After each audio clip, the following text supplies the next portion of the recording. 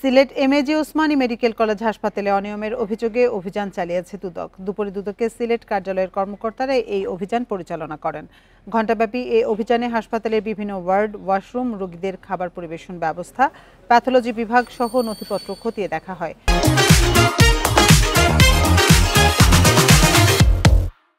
দুদকের কর্মকর্তারা জানান, অভিযানে পাওয়া অভিযোগের রেকর্ড সংগ্রহ করা হয়েছে।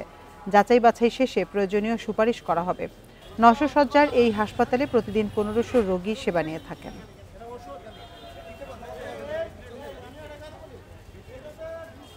আমার এখানে 2টা ওষুধই আছে, বাদবাকি ওষুধ নাই।